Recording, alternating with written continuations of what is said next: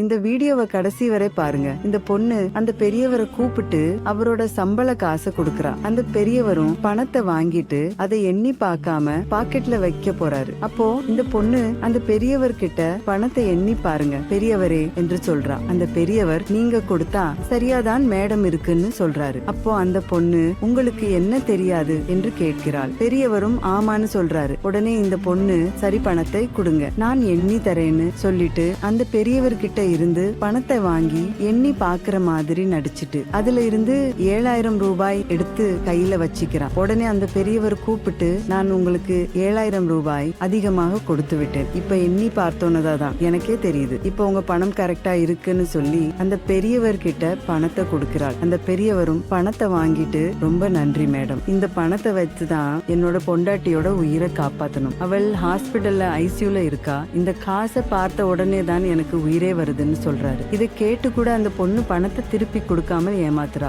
அவங்க இந்த பெரியவர் ஏமாந்து போய் பணத்தை வாங்கிட்டு போறாரு. இதுக்கப்புறம் தாங்க பெரிய ட்விஸ்டே நடக்குது. இதுக்கப்புறம் என்ன நடந்ததுன்னு பாக்குறதுக்கு முன்னாடி உங்களுக்கு காசு பணத்தை விட உங்க அம்மாவை தான் ரொம்ப பிடிக்கும்னா இந்த வீடியோவுக்கு ஒரு லைக் போட்டு கமெண்ட்ல ஐ லவ் யூ அம்மான்னு கமெண்ட் பண்ணுங்க. இந்த பெரியவர் வெளியே போறதுக்கு கதவு கிட்ட போறப்ப அந்த பொண்ணோட ஹஸ்பண்ட் ஆபீஸ் முடிச்சிட்டு வீட்டுக்கு வராரு. பெரியவரை பார்த்த உடனே என்ன பெரியவரே கையில பணம் எல்லாம் வச்சிருக்கீங்க, சம்பள காசான்னு கேக்குறாரு. அப்போ இந்த பெரியவரும் ஆமா சார் இந்த மாசம் சம்பளம் தான் மேடம் கொடுத்தாங்கன்னு சொல்றாரு. உடனே இந்த ஆளு பெரியவர் கிட்ட என்ன பெரியவரே இந்த மாசம் உங்களுக்கு சம்பளம் கம்மியா இருக்க மாதிரி இருக்கே, லீவு அதிகமாக போட்டீங்களா என்று கேட்கிறார். அதுக்கு இந்த பெரியவர் இல்ல சார் நான் லீவு எல்லாம் போடல, மேடம் எனக்கு கரெக்டா தான் பணம் கொடுத்திருக்காங்க, ஒரு தடவைக்கு 2 தடவை எண்ணி தான் கொடுத்தாங்கன்னு சொல்றாரு. உடனே இந்த ஆளு பணத்தை பார்த்துட்டு 15000 தானே இவருக்கு சம்பளம், ஆனா இதுல 7000க்குள்ள இருக்க மாதிரி தானே இருக்கு, நம்ம பொண்டாட்டி வேற எண்ணி கொடுத்தாங்கன்னு சொல்றாரு. சரி எதுக்கும் நம்ம ஒரு தடவை எண்ணி பார்க்கலாம்னு சொல்லிட்டு பெரியவர்கிட்ட பணத்தை கொடுங்க பெரியவரே, நான் ஒரு தடவை எண்ணி பார்த்துட்டு கொடுக்கறேன்னு சொல்றாரு. இந்த வீடியோவை முழுசா பார்க்க